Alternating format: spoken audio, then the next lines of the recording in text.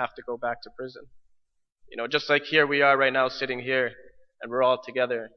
But one day we're going to have to stand in front of our Creator and answer for our past sins.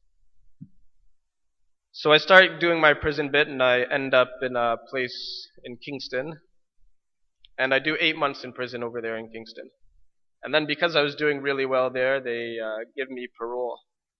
So I'm out on parole for about approximately 4 months, and I remember I was working at my brother-in-law's store. And he had a little computer store, and I'm there helping a customer. And all of a sudden, the customer wasn't actually a customer, he was an undercover police officer. And about 5 of them come into the store, grab me, and arrest me again. This time, I was arrested without charge. But when you're part of the system, you're part of the system, as they say. Because I'm only on parole, technically I'm still owned, more or less, by the government.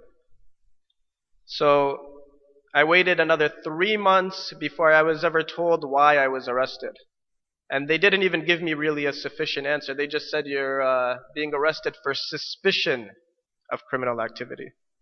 Again, I'm going to say that, suspicion of criminal activity. I was never read a charge. No charges were ever filed against me. It was just mere suspicion. And I went back in front of the parole board again, which is the way it works when you're incarcerated. You don't see a judge anymore. Now you're in front of the parole board.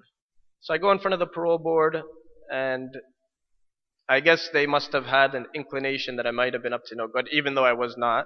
They had absolutely no proof. The only proof they had is that they found my conversations while incarcerated were a little suspicious in nature because I was talking Arabic and English on the phone.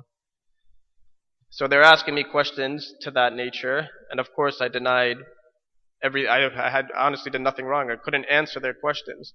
And they give you that cocky look. They're like, Mr. Habhab, you know what we're talking about, Mr. Habhab. Come on, you know what we're talking about. And I had nothing to do but deny because, of course, I was innocent. I didn't do anything. So I stayed there an additional 14 months without charge. 14 months. And they don't think that this guy had a job, this guy has a family, this guy's paying rent. He has a life that's going on. You're completely taken back out of society and trapped again.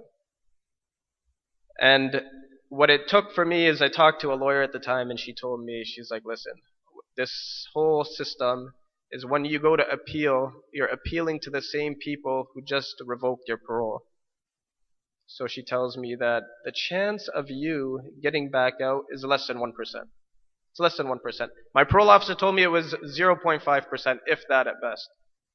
So what I did is I started educating myself.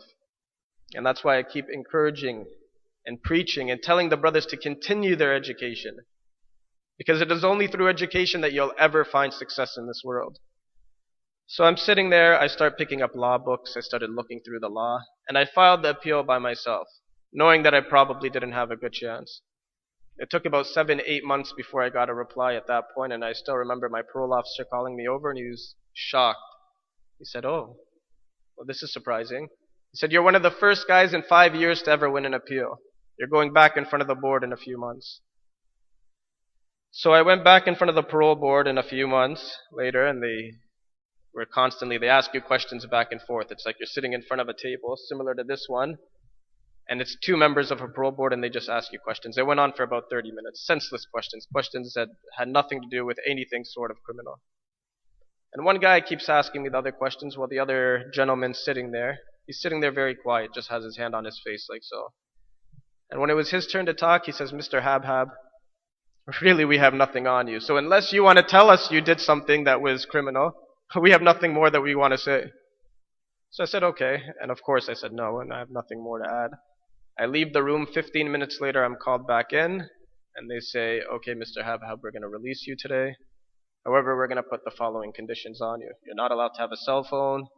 We want financial disclosure of all your finances, and we want to know all the people you associate with. And this was only in November of last year, so I've only been home for about 7 months now. And I want to talk more about the condition of the other inmates and other brothers that I was in there with. And the thing that you need to understand about the prison system is there are a lot of Muslims and a very, very high rate of converts. We have about 40, 50 Muslims in the prison that I was in Fenbrook. And the brothers, mashallah, they do really well. They're on their deen.